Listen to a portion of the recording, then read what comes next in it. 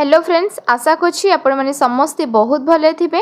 तो आज यही वीडियो रे मु आनिछि गोटे भलो नोटिस टे जोटा कि गणशिक्षा विभाग कौन निष्पत्ति नेछि आमर जो हाई स्कूल शिक्षक पदवी जेहेतु एपर्यंत हेले हाई स्कूल शिक्षक पदवी बाहरिनी आपण जानिछंती जे जूनियर टीचर पोस्ट बाहर थिला। तो आमर समस्त वेट करछंती हाई स्कूल शिक्षक केबे बाहरिबो। तो चलंतु सेही विषय रे आज एही वीडियो रे देखिबा। तो गणशिक्षा विभाग रो निष्पत्ति पूरण हेबो सरकारी हाई स्कूल शिक्षक पद।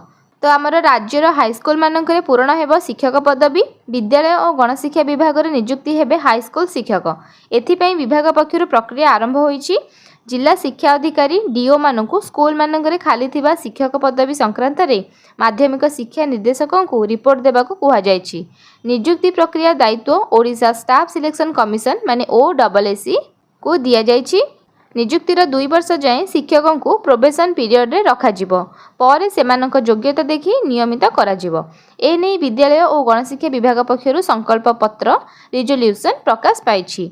ट्रेन ग्रेजुएट टीचर माने टीजीटी कला और विज्ञान जेमति रहिले हमर पीसीएम सीबीजेड पई ग्रुप बी लेवल 9 पदवी सृष्टि कराजिबो। एहार दरमा 35,400 टंका रहिबो। सेहीपरि हिंदी संस्कृत तेलुगु उर्दू शिक्षक पदवी मध्ये सृष्टि हेबो। एहार वर्ग समान एवं दरमा मध्ये समान रहिबो। सेहीपरि शारीरिक शिक्षक पदवी पूरण हेबो। एहा ग्रुप सी लेवल 8 हेबो माने पीटी टीचर। दरमा 29,200 टंका रहिबो। आवेदनकारींकर बीएड कोर्स एनसीटी अधीन शिक्षानुष्ठान होइथिबा आवश्यक बोली स्पष्ट भावे उल्लेख कराइछि। ए नै स्पष्ट विज्ञप्ति OSSC पक्षरु प्रकाश कराजिबो। तो एतिक रहिला हमर नोटिस। एटा होछि बहुत भलो कथा जोटा कि हमर हाई स्कूल शिक्षा पय नियुक्ति आसुछि बहुत। तो माध्यमिक शिक्षा निर्देशकों को डीओ देबे खाली पदवी तालिका सब को माने स्कूल रे खाली पदवी रही। तो खाली पदवी आग प्रथमे हमर कलेक्शन हेले ही आमे नुआ पोस्टिंग पाई परिबा केतोरी वैकेंसी देखि से अनुसार हमर शिक्षक हाई स्कूल शिक्षक पोस्टिंग रहइबो। नियुक्ति 2 वर्ष पर नियमित हेबो माने 2 वर्ष पर्यंत आपण काम करिवे। 2 वर्ष पर आपणकर नियमित हो जिवो। तो आपण से अनुसार सैलरी पाइबे गवर्नमेंट जॉब अनुसार। तापर OSSC द्वारा नियुक्ति प्रक्रिया माने ई एग्जाम को किए कंडक्ट करिवो ना OSSC कंडक्ट करिवो हाई स्कूल टीचर पोस्ट पैंका।